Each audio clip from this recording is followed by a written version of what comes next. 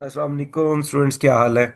आज इंशाल्लाह last time हम लोगों ने यूनिट 2 एंड 3 देखा था। आज 3 नहीं है, ये 4 to 5 एंड 6 है।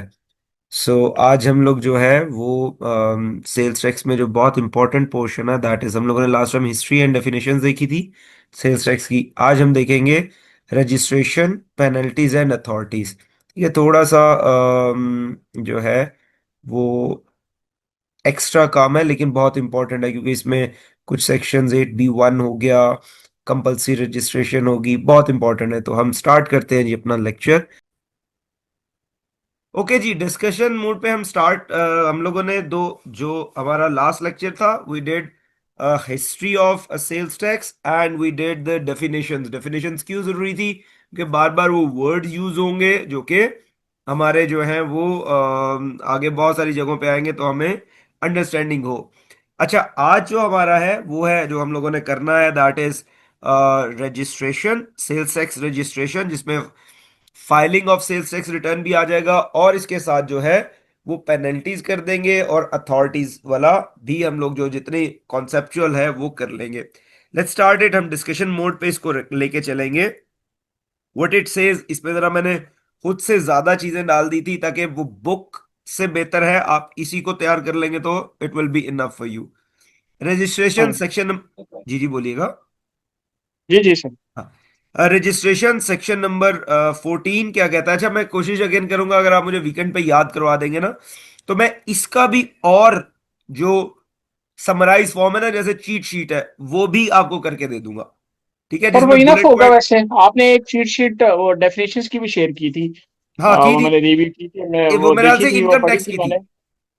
नहीं नहीं, अभी इसकी जो डेफिनेशंस हमने लास्ट टाइम पढ़ी है ना, जी जी हिस्ट्री जी जी, की, बिल्कुल बिल्कुल शेयर उसकी की भी थी, और आपने वो चीट शीट शेयर उसी की थी। तरह की ये भी शेयर कर दूंगा। तो वो इनफ होगी सर। हाँ, देखिए वो इनफ कब हमने होगी। बेसिकली सिर्फ कॉन्सेप्ट ही लेना है ना, बेसिकली जो हाँ, टर्म्स है उनका कॉन्सेप्ट ही लेना है, राइट? वो एग्जैक्टली exactly, वो इनफ कब होगी? वो इनफ तब होगी जब आप ये जो ये वाला 1-1.5 घंटे का लेक्चर है ना, ये समझ के ले लें, जी क्योंकि ऑब्वियसली हमारे पास टाइम नहीं होता, हम घरों में पढ़ते उसको नहीं देखते। ये समझ के ले लें, ये जी डिस्कशन करके ले लें, अब आपके पास वो चीट शीट होगी, आपको पता लग गया ये है, ये है। उसकी बैकग्राउंड पे आपके जहन में नॉलेज पड़ा हुआ है। हाँ, कुछ फाइन। एक्स्ट्रा समझना है, फिर जाके रेफर कर ले इससे वापस।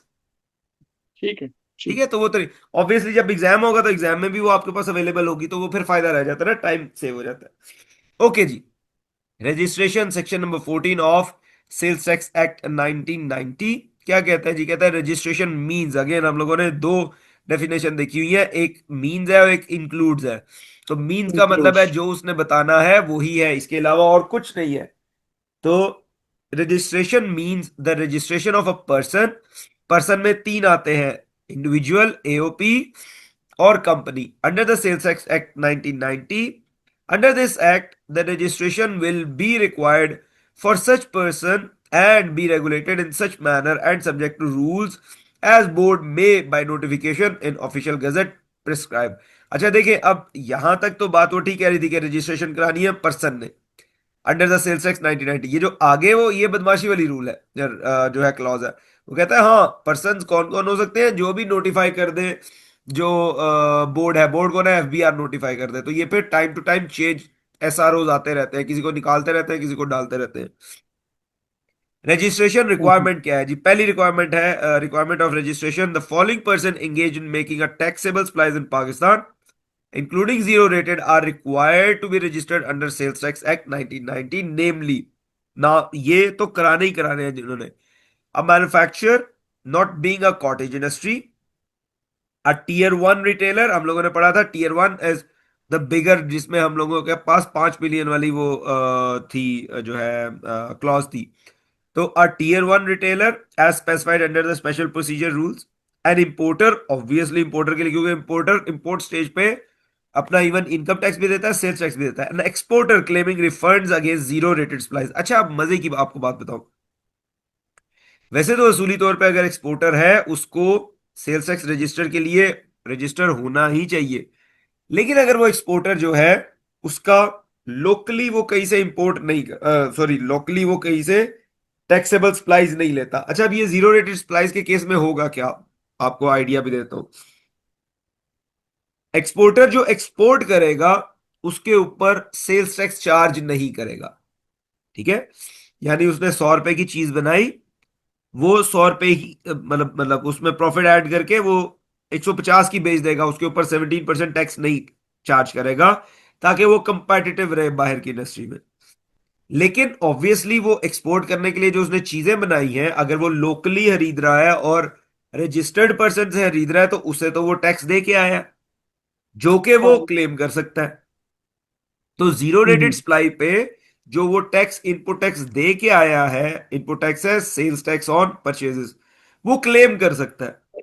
अच्छा, अगर वो क्लेम, पहली बात, अगर वो क्लेम करना नहीं चाहता, वन, या वो उसकी लोकल कोई जो है वो यूजीजी नहीं है, वो रजिस्टर्ड पर्सन से खरीदता ही नहीं है, तो हम्म। फिर जरूरी नहीं है कि वो सेल्स टैक्स के लिए रजिस्टर्ड हो। ये मैं प्रैक्टिस बेस पे भी बात कर रहा हूं, क्योंकि मेरे पास, मैं खुद पिछले कुछ दिनों से एक दो क्लाइंट्स, 3 4 क्लाइंट्स हैं जिनको मैं देख रहा हूं, कंपनी रजिस्ट्रेशन के मैटर, टैक्स के मैटर्स उनके कर रहा हूं। तो ये तो हम कुछ थेरी पढ़ रहे होते हैं, ऑब्वियसली एग्जाम्स के लिए थेरी कॉन्सेप्ट हमने लेकर चलना पड़ता है, लेकिन ऑन ग्राउंड चीजें डिफरेंट होती हैं। तो उनमें से जो 4 क्लाइंट्स हैं, वो 3 ने मुझे यही पूछा था कि they are doing it and they are exporting it, they don't want to claim the zero rated supplies, और जीरो रेटेड सप्लाईज को भी क्लेम करना कोई इतना आसान नहीं है अब आजकल। आप लोगों को मजे की बात बताऊं, उन्होंने एक, ये जो क्लेम्स सारे है ना, इसके लिए एफबीआर ने एक अलहदा से कंपनी सेटअप की हुई है। अब होगा क्या, अगर क्लेम ज्यादा उस पर चढ़ते जाएंगे, वो क्या होगी, वो बैंकरप्ट हो जाएगी, क्योंकि वो कंपनी है, उसकी लायबिलिटी लिमिटेड है, तो बस क्लेम नहीं मिलेगी किसी को। Anyhow, wholesaler, dealer or distributor, a person not engaged in taxable supplies.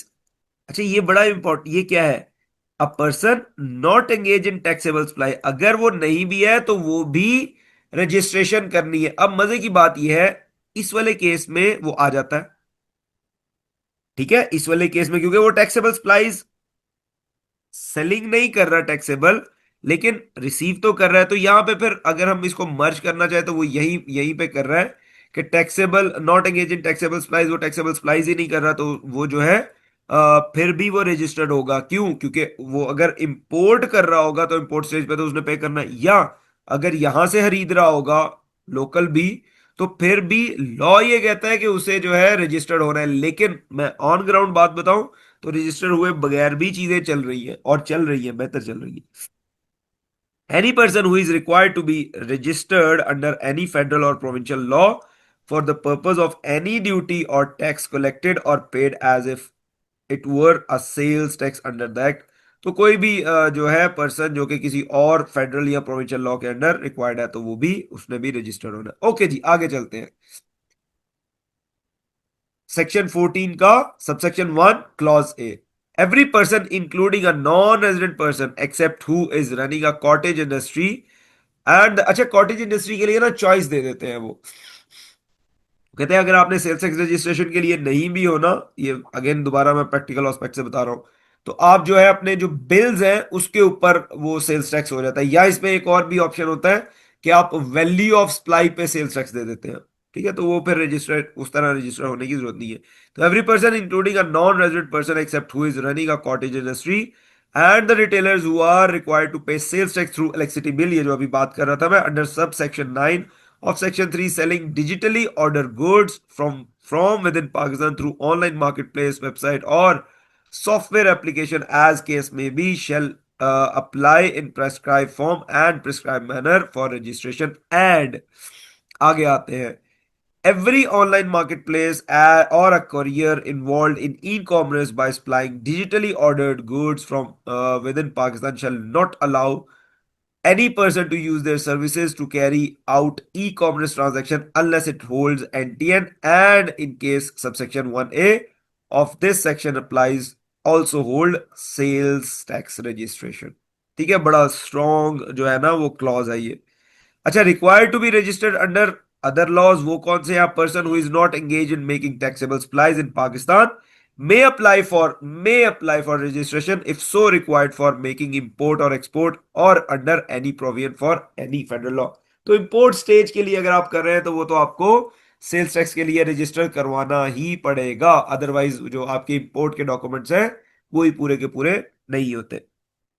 Compulsory registration, ये ऊपर जो है ये वॉलंटरी रजिस्ट्रेशन थी। कंपल्सरी रजिस्ट्रेशन क्या है? If a person who is required to be registered under the act does not apply for registration, and commissioner inland revenue or any other officer as may be authorized by board after such inquiry as deem appropriate, having reasonable to believe that a person is liable to register, he shall compulsory register such person after providing an opportunity of being heard.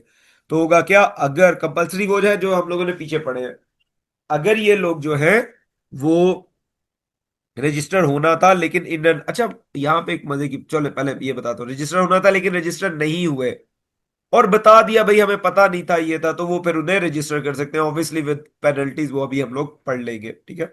उनकी hearing होगी, penalties कम होंगी, वो कर लिया जाएगा। लेकिन अभी भी पाकिस्तान में इतना टैक्स नेट नहीं है, तो बड़ी सारी चीजें चल रही होती हैं विदाउट ये इसके भी। ओके जी, आगे चलते हैं।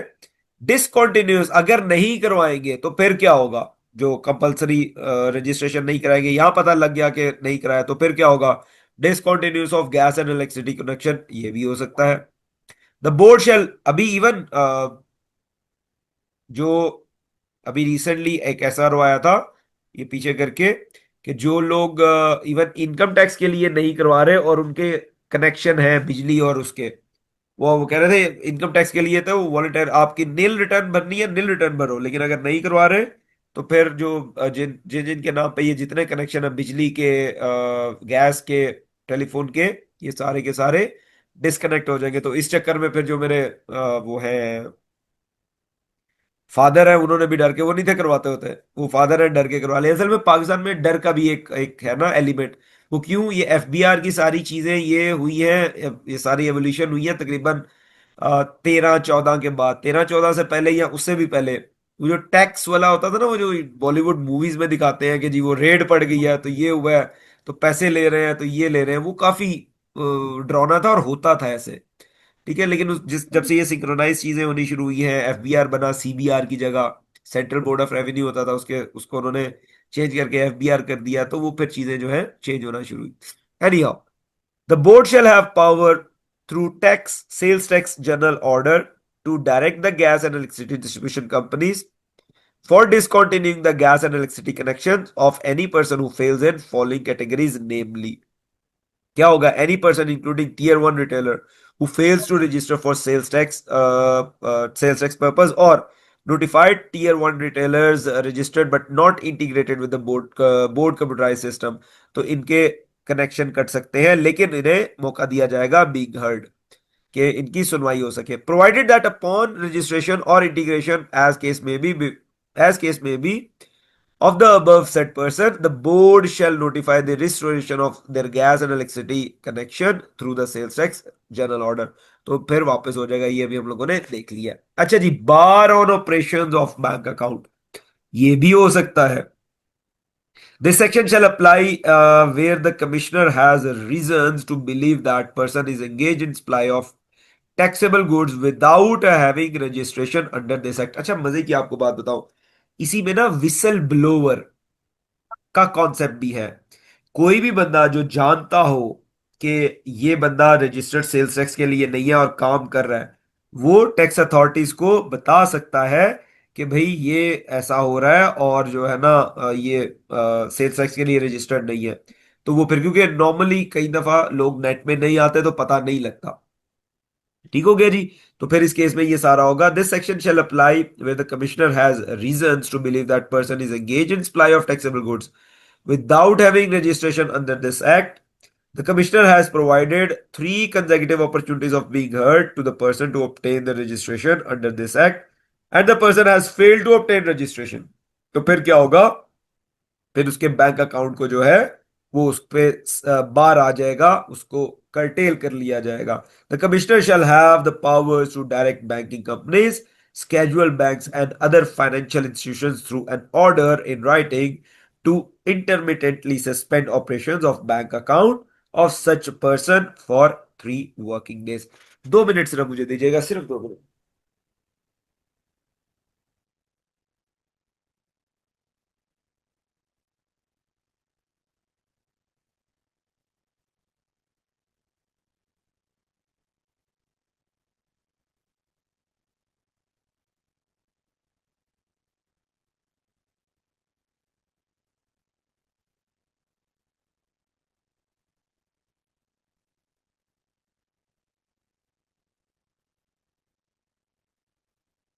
ओके जी,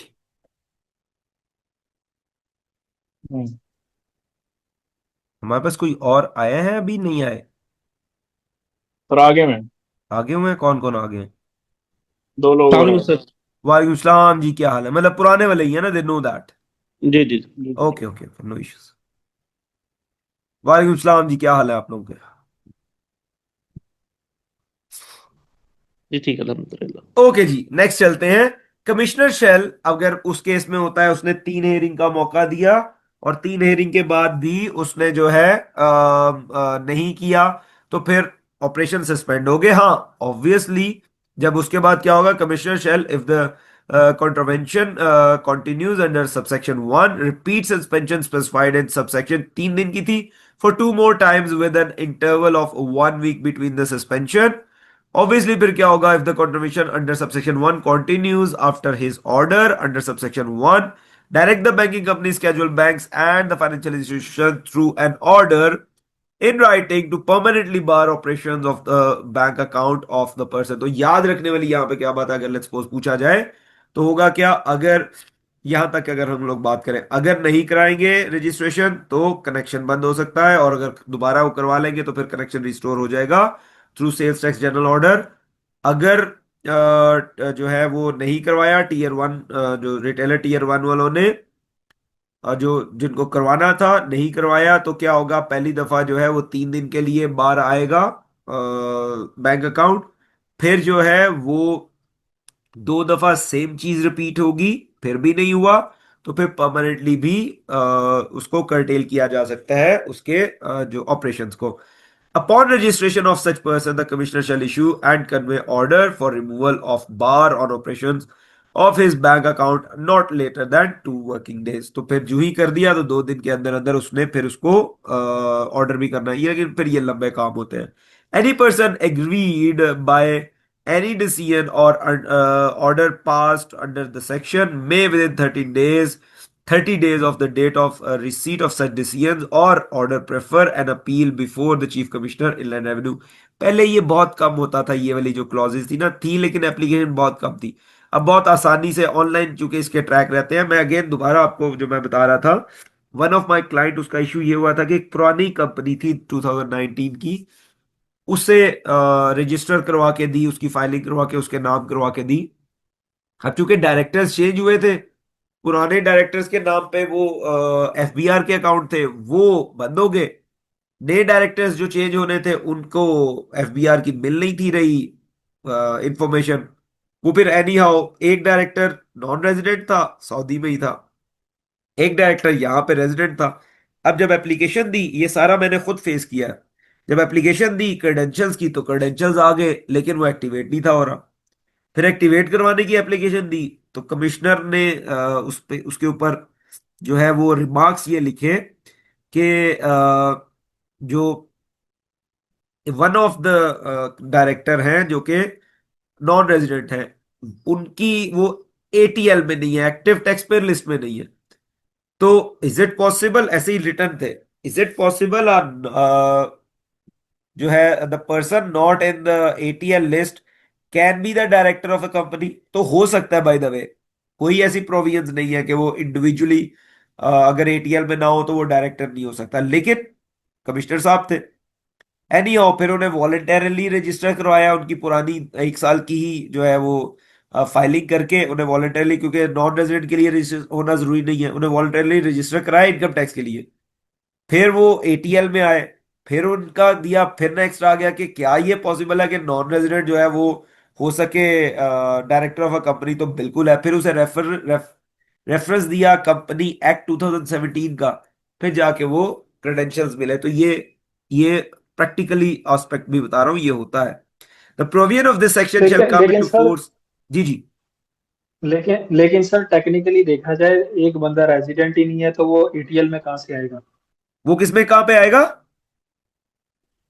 सर एक बंदा रेजिडेंट ही नहीं है तो वो एक्टिव टैक्स पेयर लिस्ट में तो नहीं आएगा ना? हाँ नहीं, उसके लिए कंपलसरी नहीं है, वॉलंटरली आ सकता है। अब वॉलंटरली क्यों आएगा, इसीलिए आपकी लॉजिक बिल्कुल ठीक है। और कहीं पे लिखा भी नहीं हुआ, कंपनी लॉ में कहीं नहीं लिखा, कंपनी एक्ट में कहीं नहीं लिखा हुआ कि a person who is non resident और a director of a company can should be the active taxpayer as well, कहीं नहीं लिखा हुआ। लेकिन वो कमिश्नर साहब ने, अब इसके ऊपर दो ऑप्शन है ना। एक तो ऑप्शन था कि आप अपील की तरफ जाते हैं, अब अपील की तरफ जाते हैं वो लंबा काम था। तो आसान काम क्या था कि उनको वॉलेंटरली रजिस्टर किया, क्योंकि उनकी कोई भी पाकिस्तान सोर्स इनकम नहीं है, तो इनकम नहीं है, रिटर्न फाइल की नील रिटर्न के साथ। तो दो दफा इनकम जो है फाइलें रिटर्न की, तो ऑटोमेटिकली वो एटीएल में आ गए। ये आप लोगों के लिए भी अप्लाई होता है अगर कहीं ऐसा कोई मसला बन जाए तो। अच्छा जी, bar on transfer of immovable property, अगर नहीं कराया तो फिर इमूवेबल प्रॉपर्टी के ट्रांसफर पे भी बार आ जाएगा। वो कहता है where a person fails to obtain registration within 15 days. अच्छा, ये किन के लिए है? जो टैक्सेबल सप्लाईज कर रहे हैं, पहली बात है, या रिटेलर है या होलसेलर है या इंपोर्टर है, कंपलसरी नहीं करवा रहे तब है। ये आम बंदे के लिए सेल्स टैक्स रजिस्ट्रेशन का नहीं है। Where the person fails to obtain registration, हम जो बात कर रहे थे वो इनकम टैक्स की थी।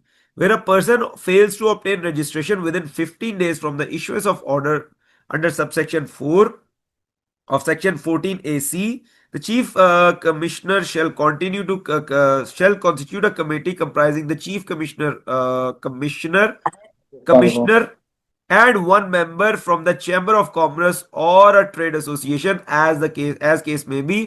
और वो क्या करेंगे?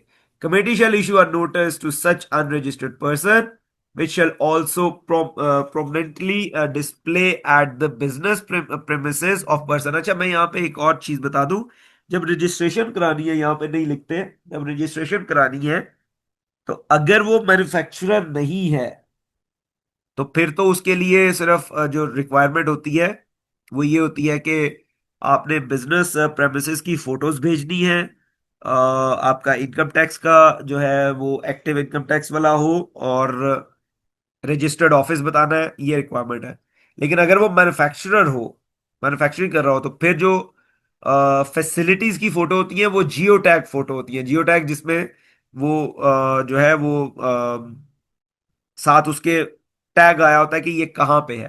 तो ये भी जरूरी है रजिस्ट्रेशन के लिए, मैन्युफैक्चरर के लिए। अच्छा जी, the committee after affording a personal hearing to the person shall either recommend for imposition of bar on transfer of immovable property or recommend the commissioner to remove the bar imposed under section 14AC।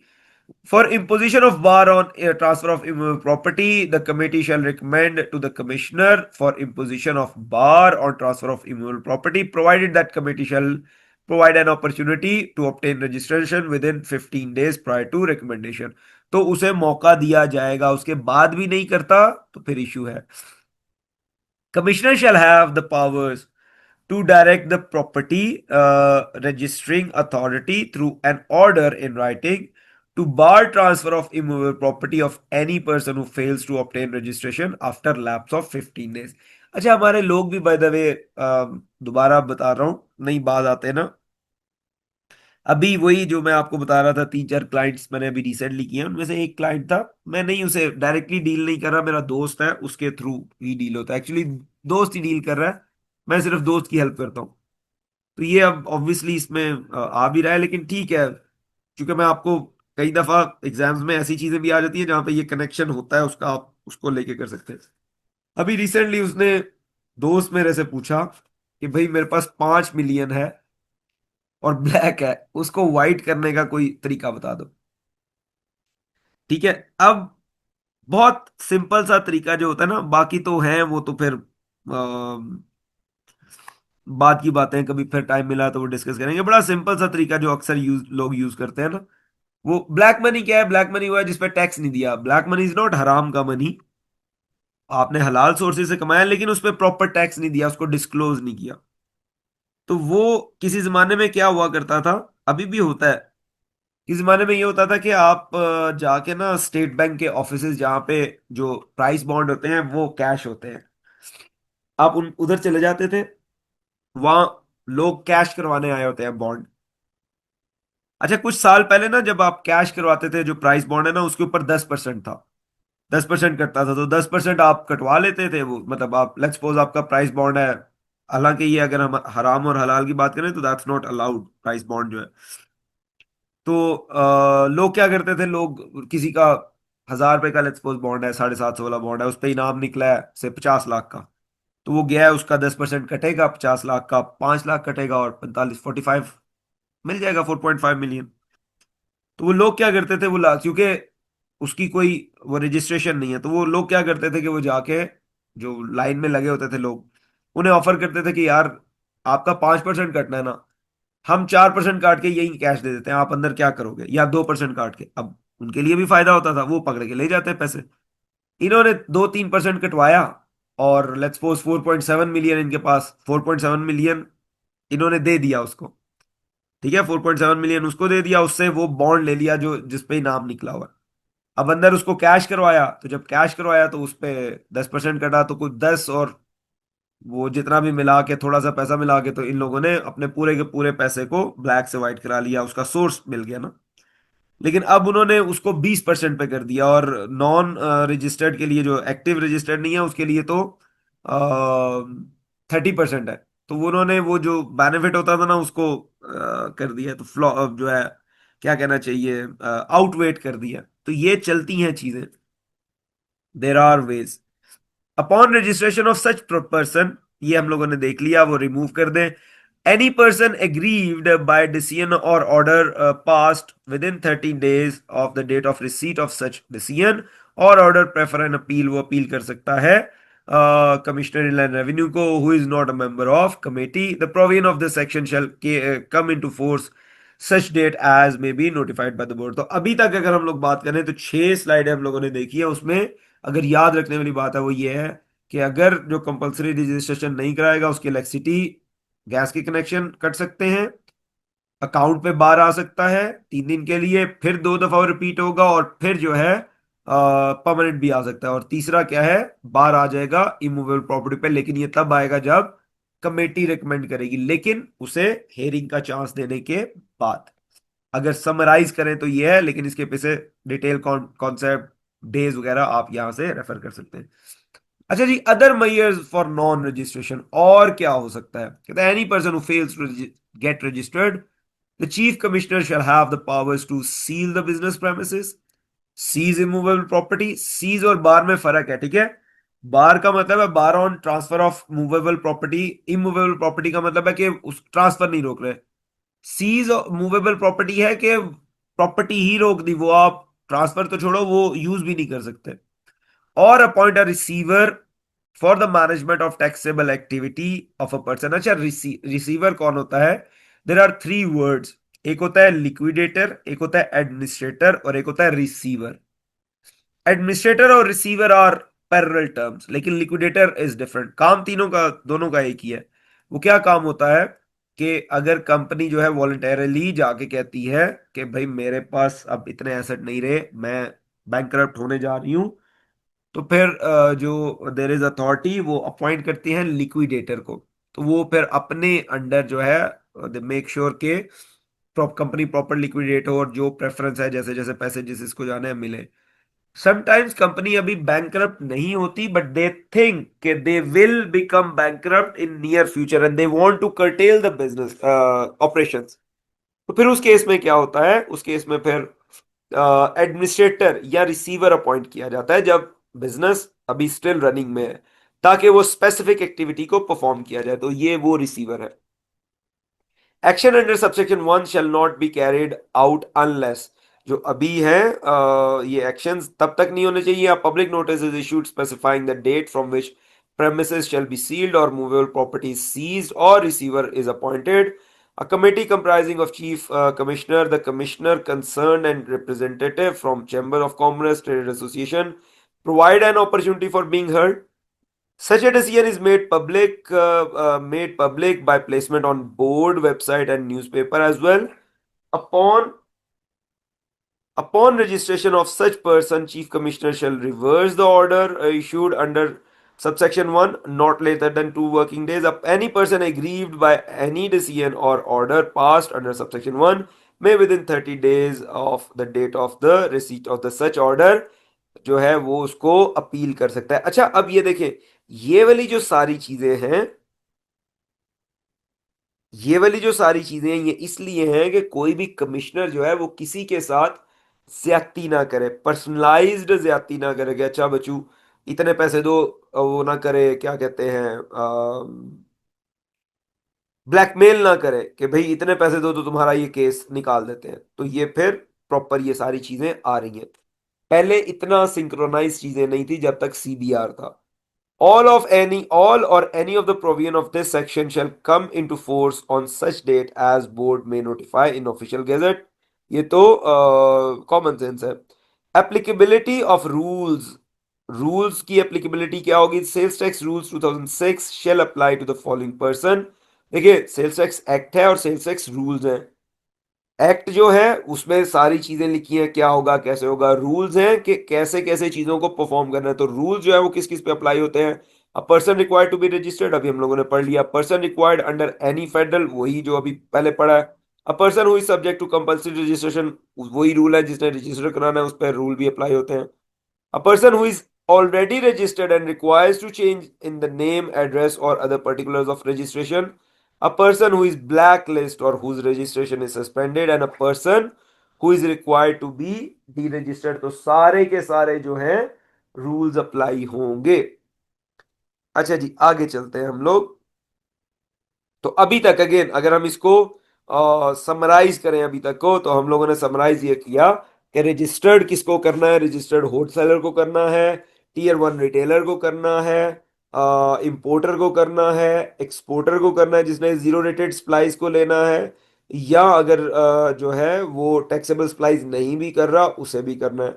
अच्छा, अब अगर नहीं करेगा, ये compulsory registration है. अगर नहीं करेंगे तो क्या क्या होगा? पहली बात है आपके जो है वो गैस और बिजली के कनेक्शन जो है वो सस्पेंड होंगे. उसके बाद थोड़ी देर के लिए फिर वो रिस्टोर हो सकते हैं. उसके बाद अकाउंट जो है वो बार आ जाएगा ट्रांजैक्शंस के ऊपर. कितने दिन के लिए? 3 दिन के लिए, और 2 दफा रिपीट होगा, और उसके बाद परमानेंट भी हो सकता है. फिर आपकी जो बार आ जाएगा इमूवेबल प्रॉपर्टी के ट्रांसफर पे, लेकिन वो थ्रू कमेटी रिकमेंडेशंस, और कमेटी जो है वो सुनने का मौका देगी. अच्छा, फिर आपकी इम जो मूवेबल प्रॉपर्टी है वो सीज हो जाएगी. ठीक है, ये केसेस के अलावा और क्या हो सकता है? मूवेबल प्रॉपर्टी सीज हो सकती है, प्रेमिसेस जो है सीज हो सकते हैं, लेकिन ये कब होगा? जब पब्लिकली नोटिस दिया जाएगा और उसको प्रॉपरली गैजेटेड किया जाएगा. ये सारी चीजें. ठीक है जी. Application for registration. अब आते हैं रजिस्ट्रेशन की एप्लीकेशन में क्या क्या होगा. जो हम लोग बात कर रहे थे जियो टैग फोटोज, ये वो आ जाएंगे.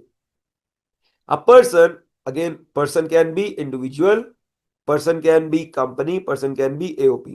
A person required to be registered under the act shall, before making any taxable supplies, apply for registration through owner, member or director on computerized system in form STR1. Form का नाम STR1 है, उसके through वो registration करवाएगा before making taxable supplies. अच्छा, अगर taxable supplies कर दी और फिर रजिस्ट्रेशन की तरफ आया तो वो अपना बता सकता है भाई ये रीजन थे. उसके लिए मिनिमाइज सी पेनल्टी है वो देनी पड़ेगी, चार्ज सा है वो देना पड़ेगा.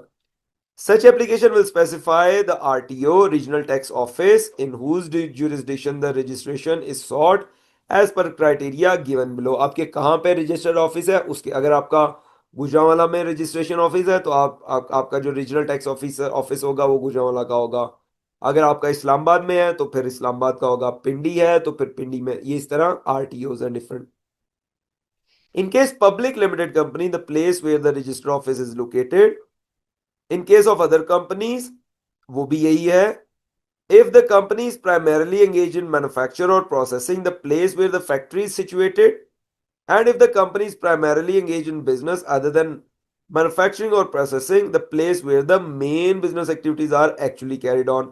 मतलब आपका आरटीओ कहाँ कहाँ पे होगा, पहले उसने बता दिया, जहाँ पे आपका रजिस्टर्ड ऑफिस है, दूसरी कंपनीज के लिए भी, या जहाँ पे मैन्युफैक्चरिंग फैक्ट्री है वहां पे।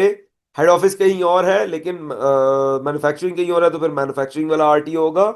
और अगर जो है वो मैन्युफैक्चरिंग नहीं है, तो जहाँ पे बिजनेस एक्टिविटीज ज्यादा हो रही हैं वहां पे होगा। इन case of a person not incorporated, in case a person is not incorporated, the jurisdiction where the business is actually carried on। अच्छा, ये कौन सा होगा, ये वाला इन case of person not incorporated, ये वो होगा जो अदर देन कंपनी होगा। वो एओपी भी हो सकता है, वो इंडिविजुअल भी हो सकता है। And in case of person not incorporated, having a single manufacturing unit and whose business premises and manufacturing unit are located in different areas, the jurisdiction where the manufacturing unit is located वहां पे होगा। यानी उसकी जो manufacturing unit है और जहां पे हेड ऑफिस है वो दो डिफरेंट है।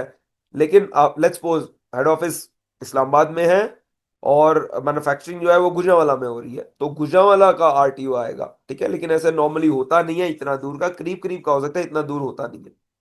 अक्सर ये होता है जो पाकिस्तानी लेवल की कंपनीज है उनका। provided that jurisdiction of large taxpayer unit shall remain as specified by FBR। तो FBR ने अपनी अथॉरिटी भी साथ में रखी।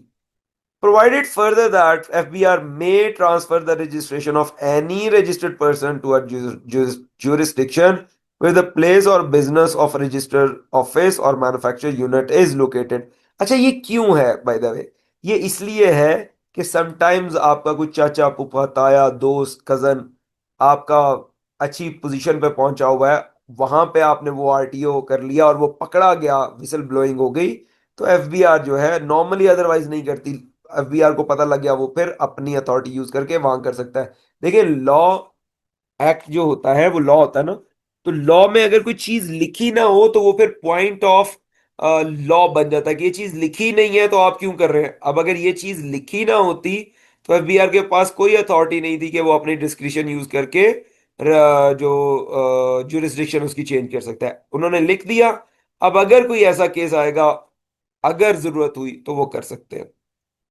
Attachment to the application, application जब करनी है तो उसके साथ अटैच क्या क्या करना है। Application having NTN shall using his login credentials upload the following information and documents: bank account certificate issued by bank in the name of business, registration or consumer number with gas electricity supplier, particulars of all branches in case multiple branches are there, GPS, ये जो आपको बता रहा था, GPS tag photographs of business premises, लेकिन ये उसके लिए जरूरी है जीपीएस टैग अगर वो मैन्युफैक्चरिंग है। अगर मैन्युफैक्चरिंग नहीं है तो फिर जरूरत नहीं है। इन केस ऑफ मैन्युफैक्चर, ये तो लिखा तो हुआ है लेकिन अभी जो प्रैक्टिस चल रही है ना वो सिर्फ मैन्युफैक्चर के लिए जीपीएस टैग मांगते हैं, अदरवाइज नहीं।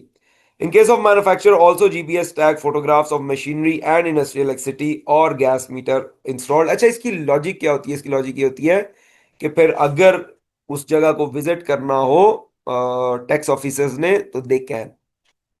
Where an applicant has unsold, unused stock of tax paid inputs on which he desires to claim the benefit under Section 59, he shall declare such stock in a statement with his application for registration। अच्छा, हुआ क्या, वो registered हो रहा है और उसने कोई जो है टैक्सेबल इनपुट्स ली थी जिसके ऊपर वो टैक्स जो है क्लेम करना चाह रहा है, तो रजिस्ट्रेशन के दरमियान वो इसको कर देगा। ऑब्वियसली पहला तो उन्होंने कहा कि टैक्सेबल सप्लाई करने से पहले रजिस्ट्रेशन करवानी है, लेकिन उसने कोई चीजें खरीदी तो होंगी जिसको वो करवाना चाह रहा है, टैक्स जो है वो करना चाह रहा है। अच्छा, मजे की बात इसमें जब आगे पढ़ेंगे वो सेक्शन 8(1)(a), 8(1)(a), 8(1)(b है। वो क्या कहता है, वो बार लगाता है, वो कहता है आप जो इनपुट टैक्स क्लेम करेंगे that shall not be actual और shall not be more than 90% of output tax.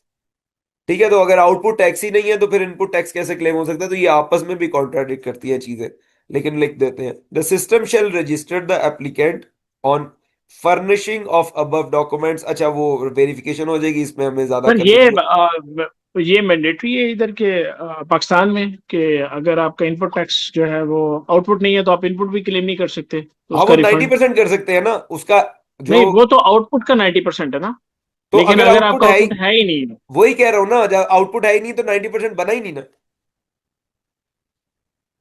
हाँ हाँ हाँ। ठीक हो मतलब गया आप ना। सोलली इनपुट जो है वो तो क्लेम कर ही नहीं सकते in any input ways. Claim करी अनलेस एंड अनटिल वो जीरो रेटेड सप्लाईज ना हो।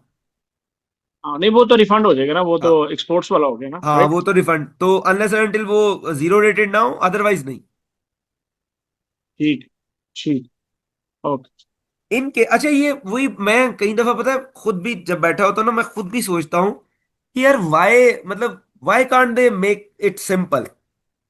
आप मुझे नहीं पता आप लोगों का एक्सपीरियंस हुआ है कि नहीं हुआ, यूके का टैक्स देखने का या यूएस का टैक्स देखने का। जी जी।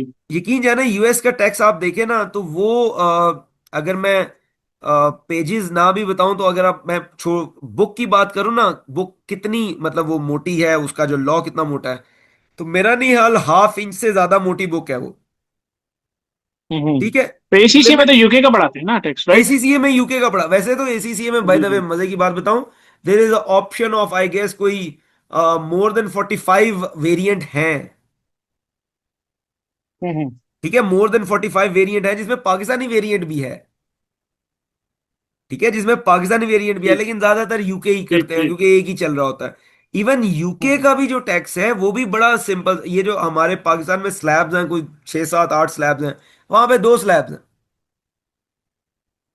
ठीक। ठीक है, तो वो एक है 5%, एक है 5 से 20%, और एक है मेरे ख्याल से अप टू 45% कुछ लेकिन 2 स्लैब है, 5 वाली भी नहीं है। वहां पे बहुत सिंपल है चीजों को। तो जितने भी जो है ना क्या कहना चाहिए, डेवलप्ड कंट्रीज, वहां पे टैक्सेशन सिस्टम आर सिंपल, ताकि यस। बंदे खुद भी इसको देख सके। हमारे यहाँ थोड़ा सा टैक्सेशन जो है ना इम्प्रूव हुई है, लेकिन स्टिल कॉम्प्लेक्स रखा हुआ है। और मैं क्योंकि मैंने अक्सर, इसीलिए ये बात पूछी है कि क्योंकि यूएई में जो है वो आप सोलली जो है ना वो इनपुट टैक्स जो है वो क्लेम कर सकते हैं। हाँ आप फाइल करें और वहां पे आप इनपुट टैक्स जो है वो अपना वैट जो है वो अभी आप अलग से क्लेम करें, और उस पे ऑप्शन उन्होंने दी होती है कि whether you want the refund और you want to adjust in the upcoming returns. बिल्कुल ठीक तो है, बिल्कुल ठीक है। इसलिए मैंने ये सोचा कि शायद पाकिस्तान में भी कोई ऐसी जो है वो फैसिलिटी देनी चाहिए ना उनको कि इनपुट आप क्लेम कर लें, लेकिन असल में वहाँ पे फ्रॉड ही इतना है। मैं मैं यही बात करने लगा था। प्रॉब्लम ये है ना, वो ऑल ओवर द सिस्टम ही हम बिगड़े हुए हैं ना। जी जी तो अब मैं आपको देखिए हम लोगों की माइंड सेट क्या है, अब जरा देखिएगा। जी जी। चूंकि ये पेट्रोल वगैरह महंगा हुआ है ये सारा, तो इस्लामाबाद में भी और बाकी सिटीज में भी जो मेट्रो सर्विस है ना वो फ्री कर दी हुई है इन्होंने। ठीक है। अच्छा, जी अब जी। हमारा लेवल चेक करें। अब मेट्रो सर्विस जो बसेस चलती हैं, नॉर्मली जो फीडर बसेस चलती हैं, वो इलेक्ट्रिक है, उनका एसी बड़ा अच्छा है, बहुत अच्छा है। हम्म इवन ये जो यहाँ पे भी इस्लामाबाद में चलती है इनका भी अच्छा है। मैंने खुद ज्यादा नहीं तो कम से कम 10 लोगों को, जो मेरे करीबी लोग हैं, उनको ये हम्म कहते हुए सुना है कि लेट्स सपोज अगर मेरा सिटी वजीराबाद है ना, तो वजीराबाद से अगर वो चलती है ना बस, तो वो चलती है, उसका जो एक फीडर रूट है वो चलती है कामों की तक। तो कामों की तक हम्म ये एक साइड बनती है तकरीबन 1.5 घंटा। ठीक है। हम्म और वापसी 1.5 घंटा, 3 घंटे हो गए। मैंने हम्म लोगों को ये कहते हुए सुना है कि यार दोपहर में गर्मी बड़ी होती है, अपने पंखे का बिजली बचाओ, उधर जाएंगे, उधर जाके बस में बैठेंगे, फ्री है, टिकट लेंगे, सो जाएंगे 1.5 घंटा, फिर जहां पे एंड है, क्योंकि वहां से तो सीट मिल जाती है, और फिर वापस आ जाएंगे, 3 घंटे सोए रहेंगे। ठीक है। अब देखिए, मतलब अगर हम बात करें तो ठीक है, वो उसको आइडिया ठीक है उनका, लेकिन आप कर क्या रहे हैं, आप एक ऐसे बंदे का हक मार रहे हैं जिसको वाकई जरूरत है ट्रेवल करने की। राइट। ठीक है ना, तो बस फिर हम यही मसले हैं ना हमारे पास। हम्म। तो लेकिन मजे की बात है यही जो है ना, ऑब्वियसली मैंने टाइम गुजारा है बाहर भी, डिफरेंट मल्टी जो है कल्चर में गुजारा है, डिफरेंट नेशनैलिटीज में काम भी किया है। जो मजा पाकिस्तान में रह के सड़ने का है ना, वो और कहीं सड़ने का नहीं है। ये एनी बात हाउ तो जी, बिल्कुल वापस दुरुस्त है। आते हैं थोड़ा सा टेम्पररी रजिस्ट्रेशन। अच्छा जी, टेम्पररी रजिस्ट्रेशन का क्या कॉन्सेप्ट है। Allow temporary registration where a manufacturer applies for registration without having installed machinery. Temporary registration as manufacturer shall be allowed within 72 hours to him for a period of 60 days subject to furnishing of complete list of machinery to be imported along with import documents. Obviously उसने import करनी है तो वो temporary registration करा ले, बाद में detail में जब वो सारी उसकी होंगी टैक्सेबल सप्लाईज होंगी तो वो उस हिसाब से करवा लेगा. Allowed for to import goods after temporary registration the person is allowed to import machinery material वगैरह कर सकता है. Will submit a post dated check equal to the difference in the duties and tax to be availed as a manufacturer. 3% value addition tax which is payable by commercial importer. तो commercial importer पे 3% extra लगता है. वो जब हम question करेंगे उसमें percentage वगैरह भी क्लियर कर लेंगे. Termination of registration. Registration terminate कब होगी? If the machinery is not installed and GPS tagged global positioning system photographs are not submitted within 60 days, तो फिर जो है वो registration shall be disabled and post dated cheque submitted shall be in cash. तो ये security होगी और वो कर लिया जाएगा. No input tax adjustment. A person holding temporary registration shall file monthly return but shall not issue a sales tax invoice. And if such invoice is issued, no tax credit shall be admissible against such invoices. Obviously इसका purpose ये है कि अभी उसने full fledge system नहीं शुरू किया, सिर्फ वो इंपोर्ट कर रहा है रॉ मटेरियल्स वगैरह, तो वो करना चाह रहा है तो फिर कैसे करेगा? वो ऐसे करेगा. ओके जी. No sales tax refund. No sales tax refund shall be paid to a person during the period of temporary registration. Obviously हम लोगों ने पढ़ा है, अभी पढ़ा है. And the amount of input tax may be carried forward to his returns for subsequent tax years. तो अगर वो करना चाह रहा है तो वो आगे लेके जा सकता है. कंपल्सरी रजिस्ट्रेशन में respond to the notice. Respond the notice if a person who is required to registered does not apply for registration, a notice shall be issued to such person giving opportunity of being heard. हम लोगों ने already बात की है. After receiving a written reply, a personal hearing if so desired by a person, the commissioner shall pass an order whether or not such person is liable for compulsory registration. Does not respond the notice. वो respond ही नहीं करता notice का, तो फिर क्या होगा? When the person does not respond within time, the commissioner shall transmit the particulars to computerized system which shall compulsory register the person. खुद से वो register कर देंगे उसको. इंटीमेशन ऑफ रजिस्ट्रेशन, और उस बंदे को इंटीमेशन कर दी जाएगी कि आपको रजिस्टर कर दिया गया. comply with all the provisions. A compulsory registered person is required to comply with all the provisions, जो कि बाकी को उसने करना है. आगे चलते हैं जी. wrongly registered.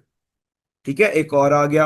If it is subsequently established that a person was not liable to register but was wrongly registered, computerized system shall on recommendation of commissioner cancel such registration. हो सकती है और नोटिफाई कर दिया जाएगा चेंज इन पर्टिकुलर्स में. अच्छा जी. Allowed, हाँ ये भी अगेन इंपॉर्टेंट है. Allowed change of business category. The change of business category as manufacturer shall be allowed subject to fulfilment of. अगर आपने कैटेगरी चेंज करनी है वो भी हो सकती है. अप्रूवल ऑफ चेंज आगे जरूरत नहीं है, हम थोड़ा सा इसको फास्ट ट्रैक करते हैं. Modify registration of person. The commissioner may modify the registration. कोई नेसेसरी ग्राउंड्स है उस पे हो सकती है. Transfer of registration. क्या रजिस्ट्रेशन ट्रांसफर हो सकती है? The registration may be transferred from one commissioner to another or to LTO or RTO if registered person intends to shift his business activities from jurisdiction of one commissioner to another commissioner या another jurisdiction has any other valid reason, he may apply for that. तो बिल्कुल हो सकता है. कैसे होगा? The person applying for registration, change in particulars or transfer of registration may, if the exceptional cases, file an application in RTO. और वो क्या करेगा? वो सच एप्लीकेशन जो है कंप्यूटराइज सिस्टम को 3 दिन के अंदर अंदर भेज देगा. Cancellation of multiple registration. In case of multiple registration registered person shall retain only one registration. एक जुरिस्डिक्शन में आएगा. अच्छा जी. Deregistration. बस यस, डी रजिस्ट्रेशन भी हो सकती है. Ceases to carry on business. कब कब होगी? अगर वो बिजनेस को कैरी ऑन करना बंद कर देता है. अच्छा, इसके लिए रिक्वायरमेंट क्या है? ऑब्वियसली वो अप्लाई करेगा कि भाई मैंने अब जो है वो बिजनेस को बिजनेस इज सीज नाउ, और कमिश्नर जो है वो रिकमेंड करेगा कंप्यूटराइज सिस्टम को to cancel the registration from a date not later than 90 days from the date of application. ठीक है जी. अच्छा, ऑन एनी वैलिड रीजन, कोई और वैलिड रीजन है उसकी बेसिस पे, या सेटिस्फैक्शन ऑफ कस्टमर। डॉक्यूमेंट्स नहीं रिक्वायर करेंगे डी रजिस्ट्रेशन के लिए कि जी भाई ये दोबारा बोलिएगा। लिक्विडेशन में जा रहे हैं आप, या कोई कोई डॉक्यूमेंट्स नहीं रिक्वायर करेंगे वो डी जी वो तो रजिस्ट्रेशन के लिए कि भाई ऑब्वियसली आप। होंगे ना, जो बिजनेस का अगर डी रजिस्ट्रेशन हो रही है तो पहली तो बात है, आप कह रहे हैं जी बिजनेस खत्म हो गया, तो अगर मतलब जी, आप you are not carrying on the business, तो अगर आप कैरी ऑन तो बिजनेस नहीं कर लिक्विडेशन रहे की तो क्या सारी आपने फॉर्मेलिटीज पूरी करेंगे, राइट? हाँ राइट, क्या आपने लिक्विडेट किया है, एडमिनिस्ट्रेशन की है, अपनी वो जितनी लाइबिलिटीज वो पूरी कर दी हैं, और वो सारा डॉक्यूमेंटेशन साथ आएगी। और चूंकि अगर वो हाँ। मैन्युफैक्चरर है, जियो टैग फोटोज भी होंगी, तो विजिट भी हो सकता है। हम्म, हम्म, अच्छा जी, issuance of order of suspension and, हाँ आगे हमारे पास आ गया, अब ऑर्डर आ रहा है किसके लिए, suspension and blacklisting of registered person के लिए।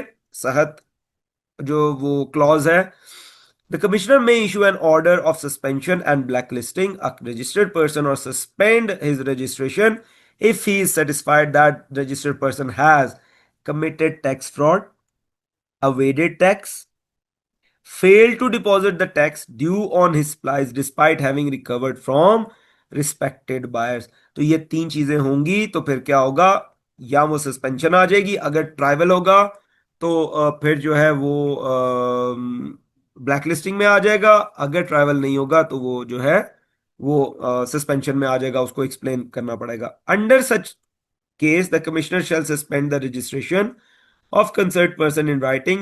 Thereafter, a proper inquiry shall be conducted, और वो सारा वही चीजें हैं जो वो प्रोवाइड करेगा। लेकिन याद ये रखना है कि इन तीन केसेस में जो है वो कमिश्नर या तो सस्पेंड कर सकता है या ब्लैक लिस्ट कर सकता है।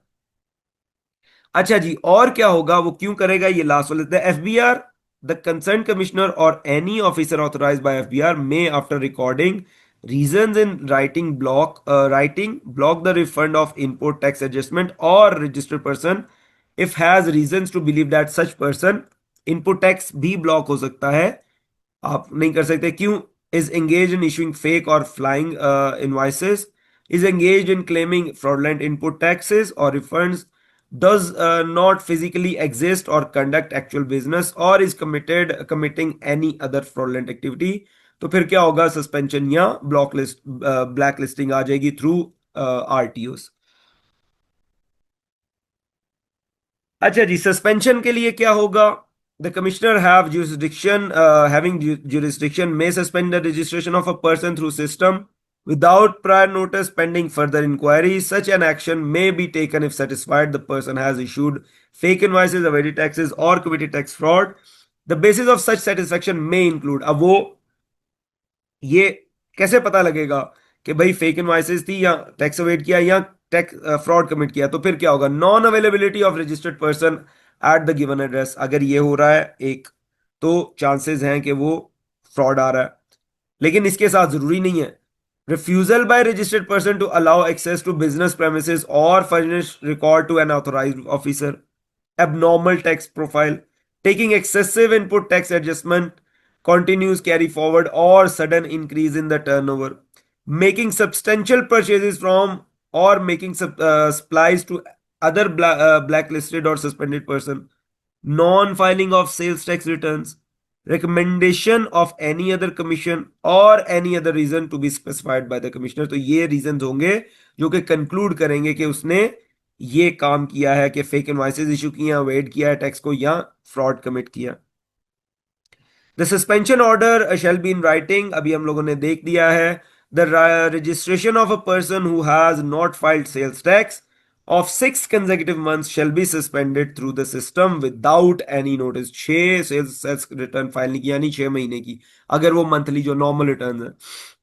Where the buyer and supplier of such person whose registration is suspended are also required to be suspended, the commissioner shall intimate the chief commissioner of वो आरटीओ का complete facts of the case along with, ये वो कहानियां बता रहा है। हम आगे करते हैं। Within 7 days of issuance of suspension order, the commissioner shall issue a show cause notice होगा, और उसमें क्या होगा, नीचे चीजें लिखी हैं, कोई इतना अगेन कोई बड़ी चीज नहीं है, बस ये उसी को कैरी कर रहा है। बस ये है कि सस्पेंड या ब्लैकलिस्ट कब होगा, जब वो टैक्स अवेड किया, जब उसने फ्रॉड किया, या जो इन टैक्स उसने चार्ज किया था वो सबमिट नहीं कराया। अच्छा, ब्लैक लिस्टिंग कब होगी? In case the offence is confirm the commissioner shall issue an appealable order for blacklisting and shall proceed to take legal and penal action। penal action में फिर पेनल्टी इम्पोज होती है या पैसों की या फिर वो imprisonment। The order of blacklisting shall contain reasons for blacklisting, time period of which any refund or input shall be inadmissible claimed by blacklisting person or his buyers, the basis of invoices issued by him and any recovery। उसी को आगे carry forward कर रहा है, तो इसमें कोई वो बड़ी बात नहीं है। अच्छा, ये हम लोगों ने ऑब्वियसली ये करना है क्वेश्चन, अभी हम लोग क्वेश्चन नहीं कर रहे, बाद में करेंगे इसको। ये आ गया, ये जो मैं आपको कह रहा था 8B1, जो बहुत खतरनाक हो, कहते हैं ना, जैसे चार्जिंग सेक्शन बहुत खतरनाक सेक्शन था, ये इनकम टैक्स का ये भी बहुत खतरनाक सेक्शन है। क्या कहता है? कहते हैं section 8B subsection 1 under SRO statutory ruling orders 647 subsection 1 2007 prescribe the procedure for adjustment of input tax up to 90% of output tax in case of registered person। आप एक चीज नोटिस करें, ये जो 8B1 आया, यानी section 8 clause B and subsection या section 8, मेरा तो ये गलत लिखा हुआ है, सेक्शन 8 सबसेक्शन 1 क्लॉज बी, ये सेल्स टैक्स एक्ट 1990 है जिसमें सारे रूल चल रहे थे, लेकिन ये स्टैट्यूटरी रूलिंग ऑर्डर एसआरओ के थ्रू आया। कब आया? 2007 में। इसका मतलब है कि फ्रॉम 1990 से लेके 2007 तक, थिंक अबाउट इट, कितनों ने कितने जो हैं वो क्लेम किए होंगे जो कि शायद रॉन्ग भी हों, तो फिर उन्हें एसआरओ के थ्रू ये ऑर्डर लाना पड़ा। वो ऑर्डर क्या है? This restriction of 90% is applicable in the following cases.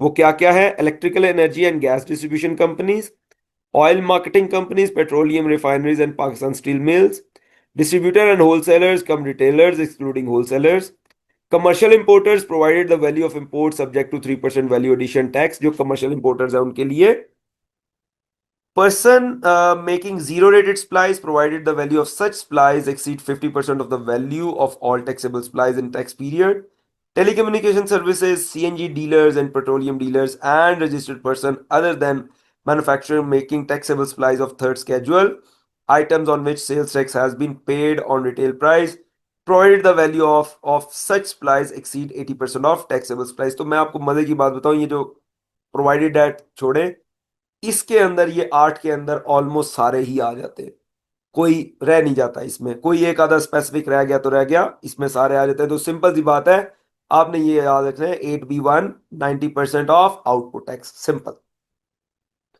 अच्छा जी, ये 8B का सर्कुलर भी है, यहां पे लिखा हुआ है जिस तरीके से वो आया था, तो ये मैंने पेस्ट कर दिया था। ये हमारा जो है रजिस्ट्रेशन का प्रोसेस था जो कि कंप्लीट हो गया। ठीक है जी, अब हम स्टार्ट करते हैं। लेट मी ओपन दैट, अगर हमारे पास है। हाँ, बस थोड़ा सा ही है, ज्यादा नहीं है। इसको मैंने ऑलरेडी बुलेट फॉर्म में, टाइम था मेरे पास तो इसको मैंने बुलेट फॉर्म में कर दिया। इस चैप्टर को मैं भेज भी दूंगा आपको, ठीक है?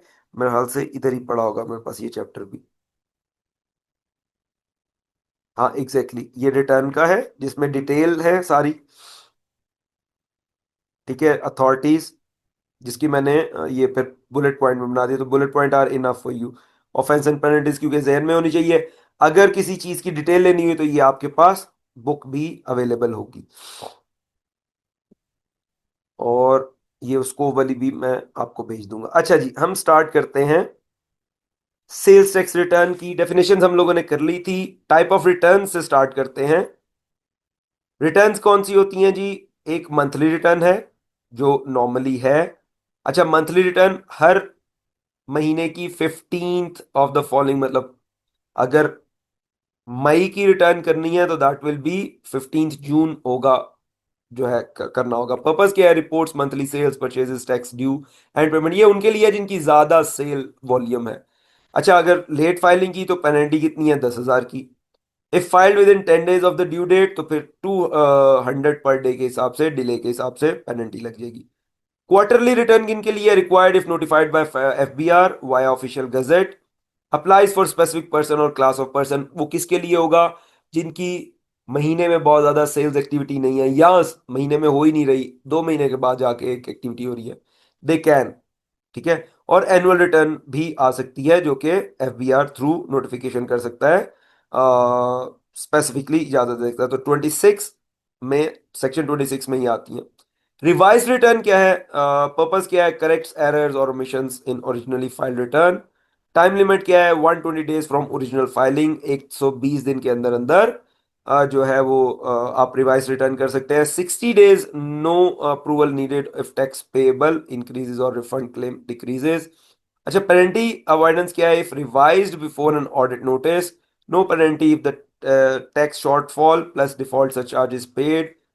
इफ रिवाइज्ड, अगर आप रिवाइज कर रहे हैं आफ्टर ऑडिट जो कि कमिश्नर ने नोटिफाई कर दिया, but before a show cause notice, आपको जो है वो टैक्स तो पे करना पड़ेगा, प्लस सरचार्ज पे करना पड़ेगा, प्लस 25% जो अमाउंट है उसकी पेनल्टी पे करनी पड़ेगी। अच्छा जी, स्पेशल रिटर्न क्या है? एडिशनल डिटेल रिक्वायर्ड, कुछ एक्स्ट्रा मांग लेते हैं। ट्रिगर कब होगी, मतलब किस वक्त जरूरत पड़ेगी? एफबीआर और कमिश्नर में डिमांड इट फ्रॉम रजिस्टर्ड और नॉन रजिस्टर्ड पर्सन, किसी टाइम पे भी वो मांग सकते हैं अगर उन्हें शक पड़ा, या विसल ब्लो हो गई तभी मांग सकते हैं। फाइनल रिटर्न क्या है? Filed when a tax payer applies for D registration, तो वो डी रजिस्ट्रेशन के लिए अप्लाई कर रहा है तो अल्टीमेटली फाइनल रिटर्न होगी, उसके बाद नहीं फाइल होगी। Return deem to have been made, ये बड़ी मजे की है। कहता है इफ अ रिप्रेजेंटेटिव अकाउंटेंट और agent files a return on behalf of tax payer it is legally binding unless proven otherwise. तो खुद रजिस्टर्ड पर्सन नहीं कर रहा, लेकिन उसके बिहाफ पे अकाउंटेंट या एजेंट करा रहा है, रिप्रेजेंटेटिव करवा रहा है, तो वो भी रिटर्न जो है वो क्या कहलाएगी? That will be regarded as return deem to have been made. अच्छा, अब देखिए, ये रिटर्न फाइल हो रही होगी, आजकल तो इलेक्ट्रॉनिकली होती है ना, रजिस्टर्ड पर्सन के क्रेडेंशियल यूज करके हो रही है, चाहे अकाउंटेंट कर रहा है, एजेंट कर रहा है, उन्हें नहीं पता। लेकिन अगर अकाउंटेंट के क्रेडेंशियल्स यूज करके हो रही है, किसकी हो रही है? क्योंकि वो असाइन किया गया है कि ये रिप्रेजेंटेटिव है, तो फिर that will be called return deem to have been made. Electronic filing, ठीक है, वो हमारे पास है। डिजिटल सिग्नेचर्स, इंटरमीडियरीज, हम लोगों ने ये लास्ट टाइम देख लिया था, उसमें जो है डेफिनेशंस में ये सारा देख लिया था। हम चलते हैं बेसिकली अथॉरिटीज वाला हमारा आज का था। अथॉरिटीज कौन कौन सी हैं? क्योंकि अथॉरिटीज से पहले मैं पेनल्टीज पे चलता हूं, फिर अथॉरिटीज पे वापस आते हैं। क्योंकि अथॉरिटीज में तो हम लोगों ने यही देखना है ना कि कमिश्नर कौन है, ये कौन है, तो पहले जरा हमारे वो हो स्टेमिना हो ये पढ़ने का, फिर हम आगे चले जाते हैं। Offences, offences and penalties. पहली बात है जो ऑब्जेक्टिव क्या है? Ensure compliance with sales tax through penalty surcharge and legal actions for violation. Obviously penalties क्यों डाली जाती हैं? ताकि एक स्पेसिफिक बिहेवियर को इंप्लीमेंट कराया जा सके। वो स्पेसिफिक बिहेवियर क्या है? कि सेल्स टैक्स फाइल करो। की डेफिनेशन हमारे पास, ऑफेंसेस क्या है? An act punishable by law, tax evasion हो गया, फ्रॉड हो गया, और पेनल्टी क्या है? मॉनेटरी और प्यूनेटिव कॉन्सिक्वेंसेज फॉर ब्रीच, यानी वो फाइन्स भी हो सकते हैं और इंप्रिजनमेंट भी हो सकती है। अब वो है क्या? इसको मैंने जब नोट्स बनाए थे तो उसको अलग अलग करने की बजाय मैंने इसको एक टेबल में कर दिया था ताकि आप लोगों के लिए इजी रहे। कॉमन ऑफेंसेस कौन कौन से? पहली जी, लेट रिटर्न फाइलिंग। उस पर क्या अभी हम लोगों ने ऊपर पढ़ा है, 10,000 होगी, या 10 दिन के अगर अंदर अंदर कर दिया तो 200 पर डे के हिसाब से देना पड़ेगा। एडिशनल कॉन्सिक्वेंसेस कोई नहीं है। फेलियर टू इशू इनवाइस, आपने किसी को इनवाइस नहीं इशू की, ₹5,000 plus 3% of tax involve whichever is higher. Unauthorised invoice, आप ऑथराइज ही नहीं थे, आपने उसको इनवाइस कर दी, तो ₹10,000 और 5% of tax involve whichever is higher. Non payment of tax, आपने टैक्स पे नहीं किया, तो फिर क्या होगा? 10,000 और 5% of tax whichever is higher, plus ₹5 per day if paid within 10 days, 500 per day. और इसके साथ अगर नहीं करोगे और नहीं करोगे तो इम्प्रिजनमेंट है 3 साल तक, इफ अनपेड आफ्टर 60 डेज। 60 दिन तक आपने जमा नहीं कराया, अगले गवर्नमेंट का पैसा यूज करते रहे, तो फिर वो इम्प्रिजनमेंट की तरफ भी जा सकते हैं। टैक्स फ्रॉड में आपने टैक्स का फ्रॉड किया, अवेड करने की कोशिश की, तो 25,000 और 100% of tax whichever is higher, and imprisonment up to 5 years अगर प्रूव हो गया। ऑब्स्ट्रक्टिंग ऑफिसर्स, ऑफिसर्स आ रहे हैं, चेक करने लगे हैं आपकी मशीनरी वगैरह, या प्लेसेस को आपने उन्हें ऑब्स्ट्रैक्ट किया तो 25,000 और 100% of tax whichever is higher, दोनों में से जो हायर होगा, और इसमें फर्दर कॉन्सिक्वेंसेज नहीं है। सिवियर ऑफेंसेस क्या है? काउंटरफीट टैक्स स्टैम्प्स, मतलब 2 नंबर टैक्स स्टैम्प्स जो है आपने कर दी। पेनल्टी क्या है? ₹25,000 और 100% of tax plus confiscation of goods, यानी जितनी भी गुड्स हैं वो कन्फिस्केट हो जाएंगी। Imprisonment up to 3 years and additional measures क्या है? Permanent seizure of transport vehicle and premises sealed for 15 days, ये सारे हो सकते हैं। डिजिटल सिस्टम टेम्परिंग, आपने डिजिटल सिस्टम को टेम्पर करने की कोशिश की तो उसके लिए पेनल्टी कितनी है? 25,000 और 100 प्लस टैक्स, 1 साल की इंप्रिजनमेंट। डिफॉल्ट सरचार्ज इसमें क्या है जी? कब पड़ेगा डिफॉल्ट सरचार्ज? है क्या? एप्लीकेबिलिटी क्या है उसकी? लेट टैक्स पेमेंट्स अगर होंगी या रॉन्गफुल रिफंड क्लेम करेंगे तो फिर आपको सरचार्ज पे करना पड़ेगा। रेट क्या होगा? जनरल डिफॉल्ट रेट है 12% पर एनम के हिसाब से। टैक्स फ्रॉड के केस में 2% पर एनम जो है वो अनटिल फर्दर पेमेंट जब तक नहीं होगी तब तक होगा। कैलकुलेशन पीरियड कब से होगा? From 16 day after the due date until payment is made. अच्छा जी, आगे हमारे पास एग्जाम्पशंस। ओके, वेरी इंपॉर्टेंट, यहां से अक्सर जो है वो आ जाते हैं। एग्जाम्पशंस क्या है? फेडरल गवर्नमेंट में wave surcharge via gazetted notification कर सकता है। इन्फोर्समेंट पावर्स जो हैं उसमें क्या आ गया? समनिंग, समन दे के बुलाया जा सकता है। ऑफिसर्स कैन कंपेल अटेंडेंस और documents production. Non compliance penalties applies. अच्छा, समन दे के मतलब किसी को बुलाया जा सकता है, आओ भाई पेश हो के हमें बताओ क्या क्या चीजें हैं, या डॉक्यूमेंट प्रोड्यूस करो सामने, और अगर नहीं करेंगे तो फिर पेनल्टीज अप्लाई होंगी। और वो पेनल्टीज कौन सी हो सकती हैं? अरेस्ट भी हो सकता है और प्रोसिक्यूशन हो सकती है। हु कैन अरेस्ट, किसके पास अथॉरिटी है? असिस्टेंट कमिश्नर और हायर, उससे नीचे अरेस्ट का वारंट नहीं हो सकते। और कब होगा? जब फ्रॉड का एविडेंस होगा। विदाउट फ्रॉड एविडेंस आप ये नहीं कर सकते। प्रोसीजर क्या होगा? Arrested person must be produce before a special जज judicial magistrate within 24 hours। ये ना उसको फेंटी लगा रहे हो अंदर। बेल ग्रांटेड एट जज डिस्क्रिशन और inquiry completed within 14 days, otherwise release. 14 दिन के अंदर अंदर इंक्वायरी कंप्लीट हो, नहीं तो उसको रिलीज कर देना। अच्छा जी, स्पेशल जजेस कौन होंगे? वो जरूरत नहीं है देखने की, चलें देख लेते हैं, कर ही रहे हैं तो। अपॉइंटमेंट बाय फेडरल गवर्नमेंट होगी ऑब्वियसली। जुरिसडिक्शन उनकी क्या होगी? Exclusive authority over tax offences. Trial follow criminal procedure code 1890, किसके अकॉर्डिंगली वो ट्रायल करेंगे? क्रिमिनल प्रोसीजर कोड 1898 के अगेंस्ट। अपील कहां पे होंगी? हाई कोर्ट में within 60 days। Access and investigation powers किसके पास हैं? उसमें अब उसने बता दिया कि पहली तो बात है officer access. Officer access section 38 क्या कहता है? राइट्स क्या है? Enter premises, inspect records and seize documents. कोई भी जो इंस्पेक्टर है उसके पास ये राइट्स हैं। Electronic monitoring mandatory for specified goods, जो कि टेक्स्ट स्टैम्प्स और बोर्ड बार कोड्स वगैरह के थ्रू हैं, वो भी मॉनिटरिंग कर सकता है। सर्च वारंट हो सकते हैं issued by magistrate for the evidence collection. Information demanded, banks, company और individual must provide data if requested, ये भी लिखा हुआ है। यानी आपका यहाँ पे कोई, चूंकि आप जो बैंक्स वगैरह हैं या कंपनीज हैं, इन्होंने एक प्राइवेसी का भी कॉन्ट्रैक्ट साइन किया होता है कि will not be giving data unless it is required by the law. तो एफबीआई ये लॉ में सेक्शन 38A और B कहता है भाई हम किसी से भी ले सकते हैं। की टेक अवेज नीचे वो लिख दिया कि आपने फोकस किस पे करना है, जो याद करने वाली चीजें हैं वो नीचे हैं। माइनर ऑफेंसेस, लेट फाइलिंग है उस पर फाइन होगा। मेजर ऑफेंसेस में फाइन भी होगा और इम्प्रिजनमेंट भी होगी। स्पेशल जजेस जो हैं उन्हें एफबीआर हायर करेगा और इनकी जो है वो अपील इनके अगेंस्ट कहाँ हो सकती है? हाई कोर्ट में। एग्जाम फोकस ऑब्वियसली आपने पेनल्टीज को जहन में रखना है कौन कौन सी हैं, और अगेन ये एक चीट शीट आपके पास बन के सामने आ गई। लास्ट हम लोग जी अथॉरिटी पे बात करते हैं। अथॉरिटीज कौन कौन सी हैं क्विकली से गो थ्रू करते हैं, फिर हम क्विज की तरफ जाएंगे। इंट्रोडक्शन क्या है जी? पर्पस के अथॉरिटीज कौन कौन सी हैं, अपॉइंट कौन कर सकता है, उनके फंक्शंस क्या है, उनकी ज्यूरिसडिक्शन क्या है, यानी क्या क्या वो कर सकते हैं। ठीक है जी, स्टार्ट करते हैं। सबसे पहले appointment of tax authorities. Section 30 कहता है हायरार्की क्या है, कौन किसको अपॉइंट कर सकता है। FBR appoints the following authorities via official gazette. Chief commissioner inland revenue, CIR के नाम से अक्सर आ रहा होता है। Chief commissioner inland revenue, commissioner inland revenue appeals, या अपील्स को डील कर रहा होगा। Additional commissioner inland revenues, deputy commissioner inland revenues, assistant commissioner inland revenues and other officers, इन सब को जो है एफबीआर अपॉइंट कर सकता है वाया ऑफिशियल गजट। ठीक है जी। सबॉर्डिनेशन स्ट्रक्चर क्या होगा, एफबीआर के अंडर होंगे चीफ कमिश्नर, उसके अंडर होंगे कमिश्नर, उनके अंडर होंगे एडिशनल कमिश्नर, उसके अंडर होंगे डेप्यूटी कमिश्नर, उसके अंडर होंगे assistant commissioner and lower ranking officer. तो ये हायरार्की फॉलो होगी। अब इस ये 2 लाइनों में आई है, आप इसको पूरे पेज पे लिखना चाहो तो पूरे पेज पे भी लिख सकते हैं, डिपेंड करता है।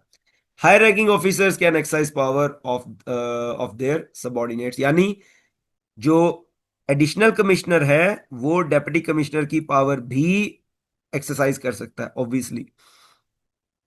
डायरेक्टर जनरल कौन है जी, director general of intelligence and investigation. Functions क्या है, investigate tax frauds, evasion and non compliance. Officers director होंगे, एडिशनल डेप्यूटी, असिस्टेंट डायरेक्टर्स होंगे। पावर्स क्या है, स्पेसिफाइड बाय एफबीआर, कुछ भी हो सकती है। डायरेक्टर जनरल इंटरनल ऑडिट है। इनलैंड रेवेन्यू सर्विस एकेडमी है, इसका पर्पस क्या है, training and capacity building of tax officers. Director general digital initiatives हैं।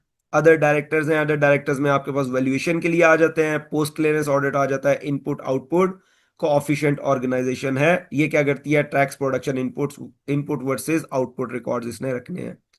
ठीक है जी। ये हमारे पास अथॉरिटीज आ गई, कौन कौन से डायरेक्टरेट है। अब पावर्स एंड डेलीगेशंस कौन कौन सी हैं, जनरल पावर्स क्या है, officers can exercise powers conferred by act, FBR में impose limitation on these powers। तो ये बड़ा इंपॉर्टेंट किया कि एफबीआर बाय नोटिफिकेशन कुछ भी बार लगा सकता है। Delegation of powers, who can delegate, FBR और chief commissioner can delegate their powers to the lower ranking people या सेम रैंकिंग। डेलीगेशन स्कोप क्या है, additional deputy commissioners may act as commissioners, assistant commissioners may act as deputy commissioner, मतलब low rank वाला ऊपर वाले rank का perform कर सकता है if the power is delegated. Special audit panels क्या होंगे, कंपोजिशन इनकी क्या होगी जब स्पेशल ऑडिट हो रहे होंगे कि कई दफा जरूरत पड़ गई। मेंबर्स क्या होंगे, इनलैंड रेवेन्यू ऑफिसर्स होंगे, चार्टर्ड और कॉस्ट अकाउंटेंट्स होंगे, अदर एक्सपर्ट्स होंगे। फंक्शंस क्या है कि फॉरेंसिक ऑडिट करेंगे, इसमें कोई बड़ी चीज नहीं है। स्पेशल ऑडिट रूल्स आगे, रिकॉर्ड्स को वेरीफाई करते हैं, इनवॉइसेस को वेरीफाई करते हैं, इनपुट आउटपुट टैक्स की अलाइनमेंट को देखते हैं कि कहीं कोई बड़ी इम्बिग्विटी तो नजर नहीं आ रही। ऑडिट रिपोर्ट फिर करेंगे सबमिटेड इन प्रेस्क्राइब फॉर्म जो कि एफबीआर में है। पेनल्टीज क्या है, नॉन कंप्लायंस में lead to fee withholding और फर्दर पेनल्टीज। ये भी आ गया हमारे पास एग्जाम फोकस। और आपका जो है आज का हमारा जो किधर गए, ये आ गया, ठहर जाइए।